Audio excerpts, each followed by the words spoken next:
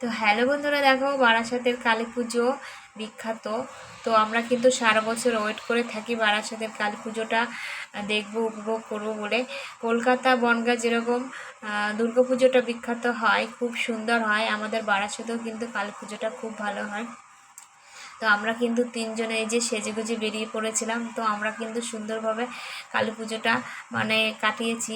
আর মানে সব ঠাকুরই দেখতে পেয়েছি, কারণ আমরা একটু আগে আগে বেরিয়েছিলাম, পুজোর আগে, পুজোর দিন বেরিয়েছিলাম, পুজোর আগের দিন বেরিয়েছিলাম। সেই কারণে কিন্তু একটু ভিড়টা কম ছিল, চাপটা কম ছিল, কারণ ছেলেকে নিয়ে বেরিয়েছিলাম, বাচ্চাদের নিয়ে একটু আগে আগে বেরিয়েছিলাম। তো সেই কারণে আগে আগে আমরা ঠাকুরটা দেখতে পেরেছিলাম, সমস্ত ঠাকুরগুলো দেখতে পেরেছিলাম। আর হাঁটতে হাঁটতে তো পাও ব্যথা হয়ে গেছিলো।